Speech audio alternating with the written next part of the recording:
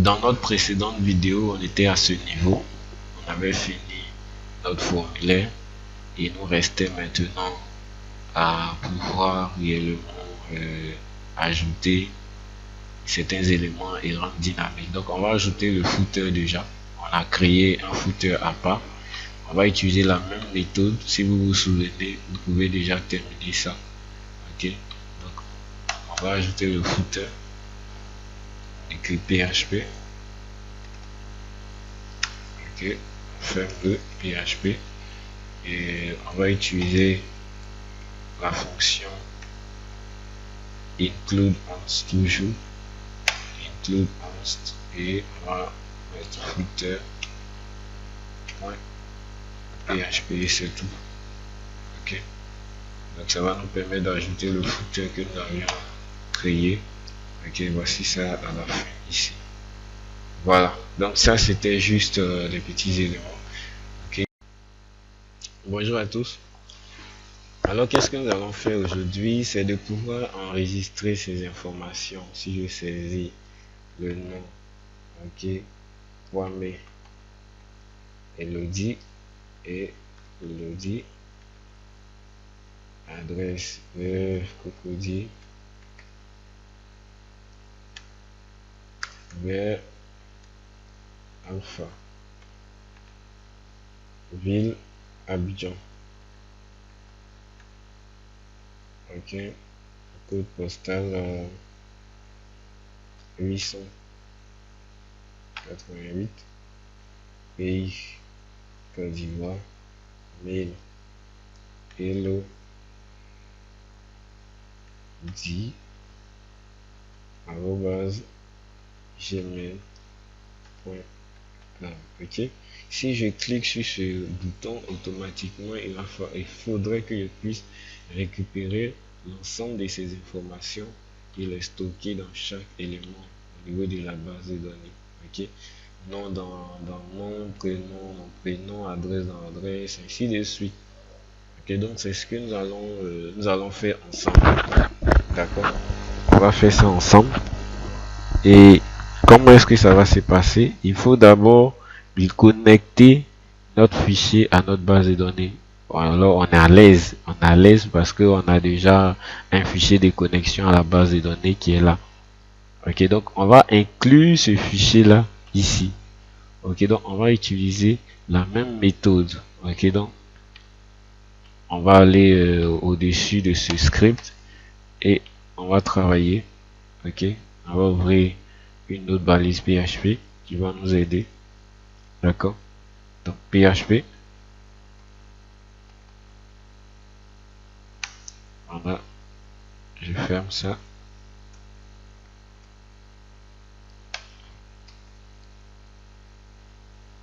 Et je vais commencer par ça.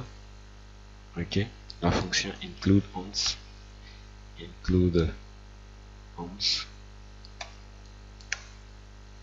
et qu'est-ce qu'on va inclure?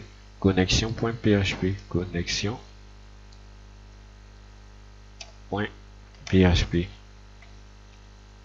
point virgule. Alors notre fichier est connecté à notre base de données. Ok, ensuite qu'est-ce qui va se passer? Il va falloir dire à quel moment on récupère les informations. Ok, on récupère les informations lorsque l'utilisateur a cliqué sur le bouton. Ok, donc on va vérifier ça en utilisant déjà une condition. Ok, un if. Ok, donc ici on va utiliser la fonction i7 pour vérifier que le bouton a bien été actionné. Donc if x7, et n'oubliez pas, nous sommes où? Nous sommes en post. Donc on va utiliser la variable globale post, qui en réalité va récupérer l'ensemble des informations contenues dans les champs. Ok, dans les éléments qui ont des types et tout ça. Donc on va utiliser cette variable globale. Ok, avec post, bien sûr. Donc post. Le nom du champ c'est quoi ici? Si vous vous souvenez bien, c'est ajouter. Ok, je vais bien organiser ça pour que vous voyez mieux. Le nom du champ c'est ajouter. Ok, type submit name c'est quoi? Ajouter. Voici ça. Donc on va dire if submit, if set ajouté, ok. Si le bouton ajouter a été cliqué, viens maintenant récupérer ces différentes informations non, ok. Donc on va commencer comme ça, dollar non,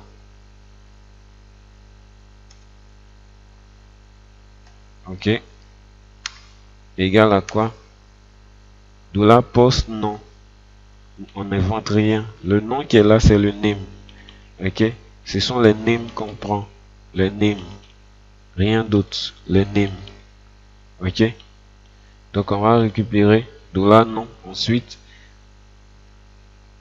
dollar non égal à quoi, dollar post non, voilà. Donc dollar post, la variable globale post, et puis non. Donc c'est assez simple en fait à mettre en place. Point virgule à la fin. Voilà. Donc on fait ainsi pour tous les champs. On va récupérer tout. Prénom, c'est pareil. Ici, on le stocke en fait dans la variable prénom. On stocke le champ prénom. Ok, ici on stocke le champ nom dans la variable nom. Ici on stocke le champ prénom dans la variable prénom. Voilà, c'est comme ça. Ok. Ici c'est le champ ville, je crois. Voilà, ville dans la variable ville, dans ville. Ok, dans la variable ville. Ok, pourquoi on le fait? Parce qu'on va utiliser les variables pour travailler. C'est plus facile d'utiliser ça que d'utiliser tout ça pour faire des vérifications. Ça sera vraiment chiant. Ok, voilà.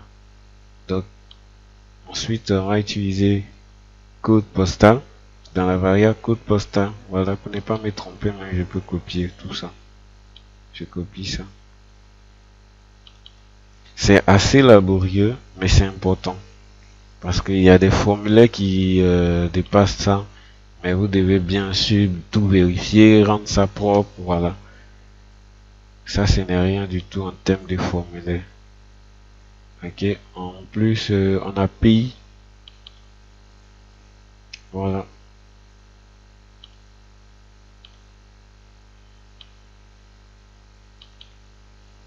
Pays, ici. On a quoi encore?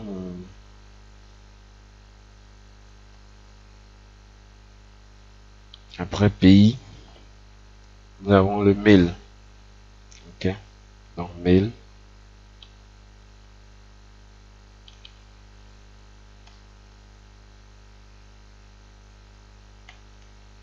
Voilà. Donc, en réalité, on a récupéré toutes ces informations. Mais lorsque nous récupérons ces informations comme ça, il y a des problèmes de sécurité qui peuvent subvenir. Ok, pour pallier à ces problèmes de sécurité, je vous avais parlé de la fonction trim et de la fonction HTML special char. Ok, donc HTML special char va nous permettre en fait de pouvoir éliminer tout ce qui sera injection SQL. Trim va nous permettre de ne pas valider un champ où l'utilisateur n'a mis que des espaces. Ok, donc lorsque vous faites du PHP, vous devez être conscient qu'il y a des erreurs qui peuvent survenir et vous devez pouvoir être prêt à pallier à ces erreurs-là. Donc on va déjà utiliser tout ça sur nos champs, puisque nos champs que nous avons sont susceptibles de pouvoir être utilisés ainsi par des personnes malveillantes. Ok, donc on va utiliser, ok, on va taper tout ça comme je le dis. Je n'ai pas d'auto-completion. Ok, HTML spécial char. Ok, donc voilà. Donc ça, ce sont des fonctions qu'on va utiliser autour de nos variables. Ok, ça va permettre de protéger. Et au-dessus de tout ça, on va utiliser la fonction trim.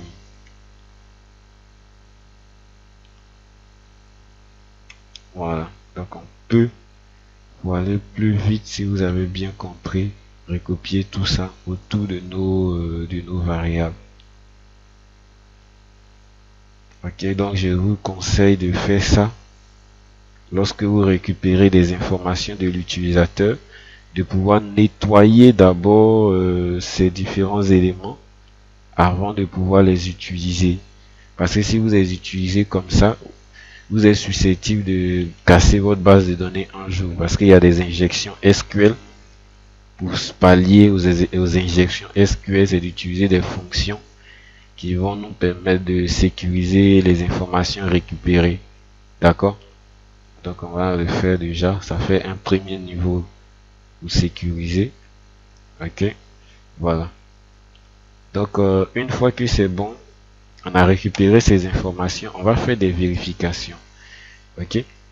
Il faudrait que l'utilisateur puisse d'abord faire quoi?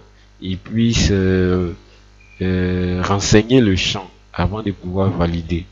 Parce que s'il ne renseigne pas le champ tel que nous avons fait, normalement ici il y a une vérification au niveau du HTML5, c'est bien déjà, parce que le HTML5 nous permet de, voilà, déjà il y a une vérification. Je vais déjà l'enlever, je vais les enlever pour qu'on voie, puisque on peut dépasser tout ça, on peut dépasser tout ce qui est côté client.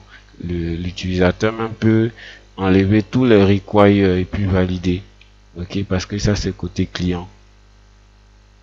Donc si j'enlève ça, normalement il ne va plus rien me dire.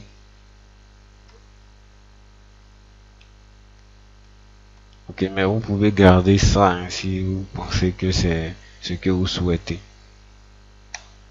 Ok, donc si je valide, ok, au niveau des pays c'est resté.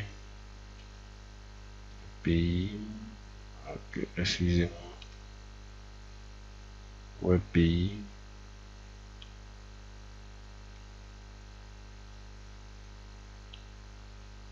Ok, ici.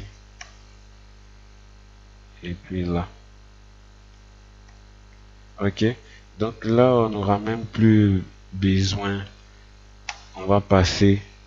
Ok, donc vous voyez normalement ils ont mis connexion réussie à cause de ça, la connexion à la base de données. On a dit si c'est connecté parfaitement, envoie-nous connexion réussie. On va déjà commenter ça, on n'en a plus besoin en fait.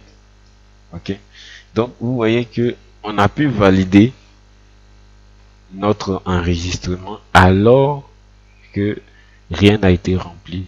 Si tout était fini, c'est sûr qu'on allait avoir des données. Et qu'est-ce que l'utilisateur peut nous envoyer? Il peut nous envoyer un script pour casser notre base de données. Donc on va pas laisser cette possibilité là. On va faire des vérifications. Ok? Donc comment est-ce qu'on va commencer la vérification? On va déjà utiliser les champs, les différents champs que nous avons. D'accord? On va utiliser les différents champs et voilà, je mets en haut là. On va lui dire quoi?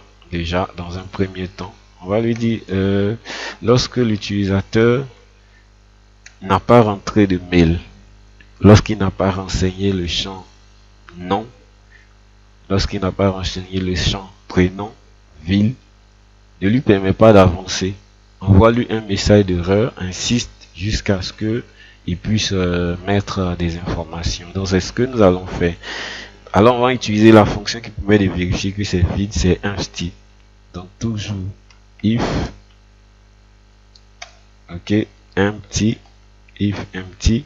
Cette fois-ci on ne se fatiguera pas à mettre les postes puisque on a déjà les différentes variables ici. Donc if empty non, c'est-à-dire si le champ non n'a pas été rempli, mon ami, ne te fatigue pas, envoie-lui un message d'erreur. Donc on va créer une variable erreur qui sera un tableau. Ok, comme ça, nos soucis sont réglés. Donc, la variable erreur. Ok, c'est un tableau. Donc, affiche-lui quoi comme message? Veuillez saisir votre nom, s'il vous plaît. Veuillez saisir votre nom, s'il vous plaît. Voilà. N'oubliez pas le point virgule. Ok. Sinon,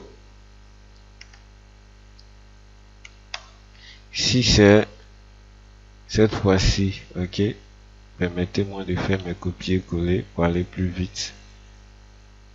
Vous avez déjà vu le principe. Sinon, si c'est le prénom, dis-lui, veuillez saisir votre prénom, s'il vous plaît. Ok. Sinon,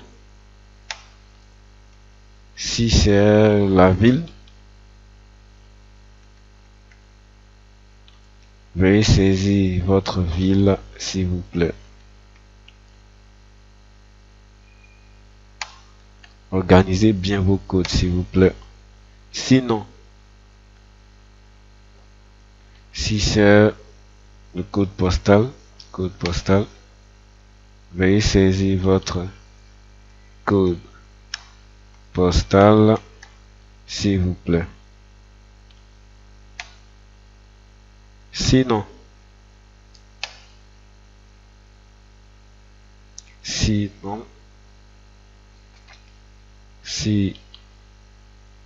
le champ pays cette fois-ci est vide, veuillez saisir votre pays, s'il vous plaît. Ok. Sinon,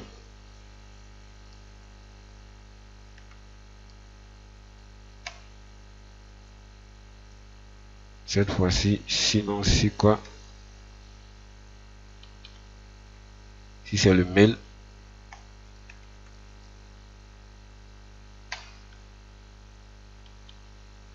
ok, veuillez saisir votre mail, s'il vous plaît. Ok.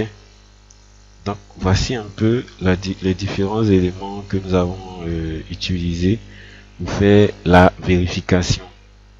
Ok. On n'a pas encore mis de HTML derrière, mais on va voir que ça va fonctionner. Ok, ça va fonctionner. Si je ne mets rien au niveau de nom, ok, on va mettre quelque chose puisque ça apparaît derrière. On va mettre du style déjà pour qu'on puisse afficher tous ces éléments qui sont cachés actuellement. Donc on va mettre un petit style derrière. Ok. Donc je vais déjà mettre je vais afficher l'erreur ici. Je vais afficher l'erreur, voilà, c'est normal. J'ai pas encore affiché l'erreur. Ok. Donc je vais mettre l'erreur ici. Peut-être à ce niveau là. Je vais mettre ici. Je vais mettre un TR. Voilà. TR. Et puis comme c'est un tableau, voilà, je vais afficher le premier élément. De toutes les façons, j'ai été très malin. Je ne lui ai pas demandé de tout afficher un coup. Ok, donc du coup, il sait de comment il va commencer les affichages. Ok, donc echo commence par le premier élément. C'est un élément, donc c'est l'élément 0. Ok, donc echo erreur 0. Ok, je vais actualiser ça, tout ça. Voilà.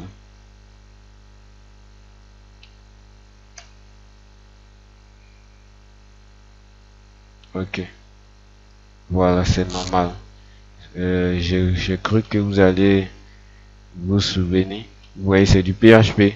Et je n'ai pas mis que c'est du PHP. Du coup, il interprète ça comme si c'était du HTML. Donc, ce sont des choses qui peuvent arriver. lorsque vous êtes en train de coder. Faites très attention.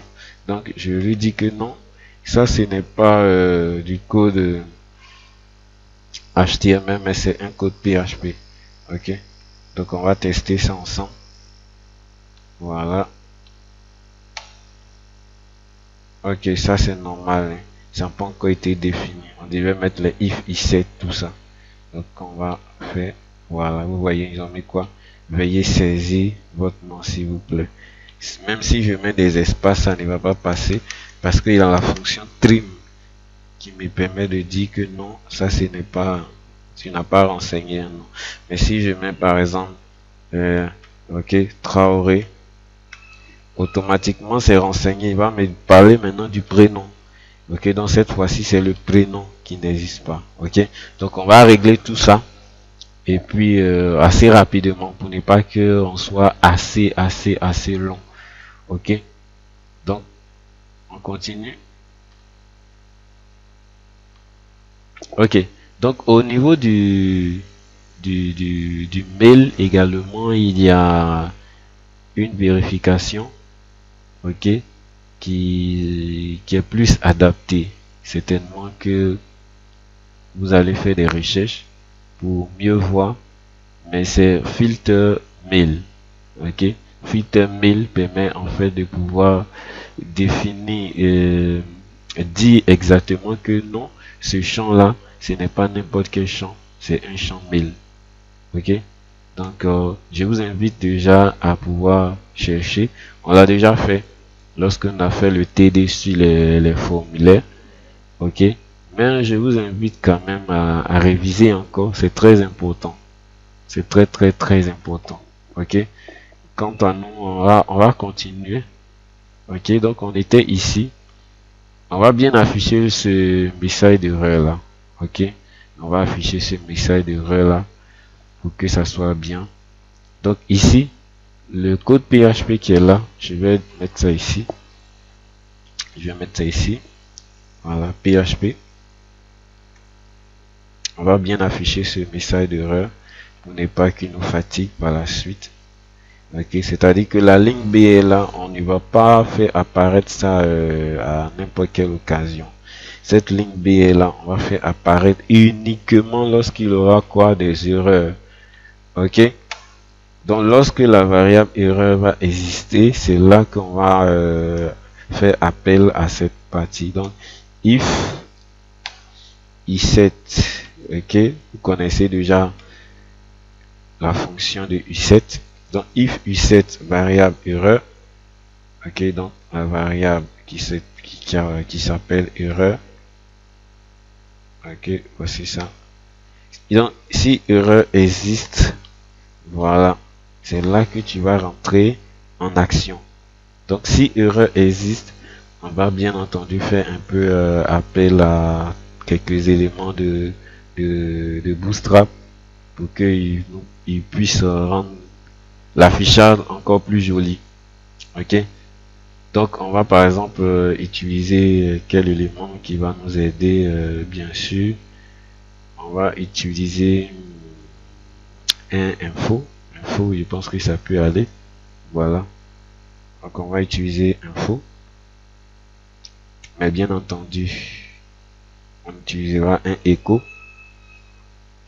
parce que c'est l'affichage, bien sûr. Je sais que vous êtes déjà habitué. Donc div, une div, excusez, une div, je ferme la div. Ok, alors comme vous l'avez vu, au niveau d'écho, on peut utiliser les doubles, ce genre de griffe ou bien celui-ci. On peut utiliser ça. Ok, seulement que si tu utilises ça ou ça, à l'intérieur, quand tu auras des classes, quand j'aurai une classe, je n'ai plus le droit d'utiliser ça. Ok, ça c'est une faute. Ok, ce que j'utilise c'est simple comme ça. D'accord, voilà, donc j'espère que vous avez compris. Donc je vais utiliser ça et je vais lui donner comme classe alerte, ce qu'on a déjà vu tout à l'heure. Ok, Mais cette fois-ci, le alert qu'on va utiliser, c'est un alert,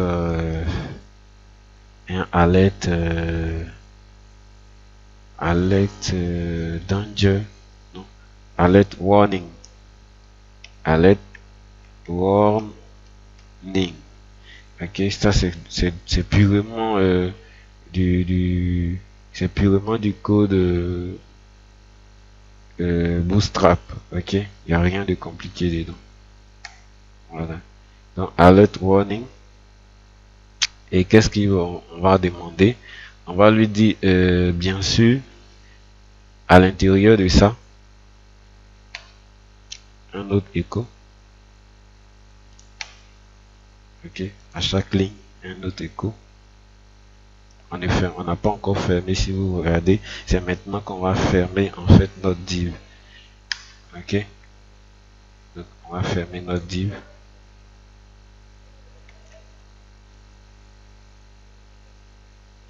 Et puis à l'intérieur, je vais toujours indenter, mais on va toujours utiliser un écho. Voilà, on va utiliser écho. Et cette fois-ci, c'est juste le message pour dire erreur. Ok, donc à base strong.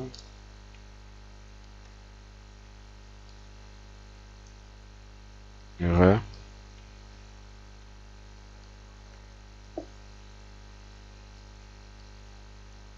Ok, ou bien désolé.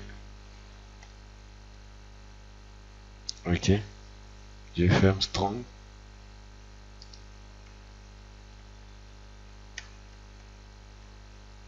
Je ferme strong. Ok, désolé. Erreur lors de l'ajout. Erreur lors de l'ajout.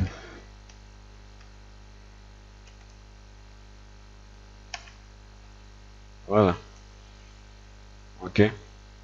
Donc là, je crois que tout est bon. Point virgule. Ici également. Point virgule. Ok. Je vais supprimer ça. Je vais fermer le PHP ici. Je supprime ça. Ok, donc erreur lors de l'ajout. On va actualiser pour voir s'il n'y a pas d'erreur ici. Voilà. Ok, donc tout est bon. Donc je vais soumettre le formulaire. Ok, le message d'erreur là, désolé, erreur lors de l'ajout. Donc cette partie, à cause de la condition if i7, n'apparaît que lorsqu'il y a un message d'erreur. Ok, alors nous avons été un peu long. On va stopper la vidéo parce que il faudrait pas que ça soit assez long pour ne pas que vous puissiez suivre. Donc on va terminer cette partie dans la prochaine vidéo. D'ici là, portez-vous bien.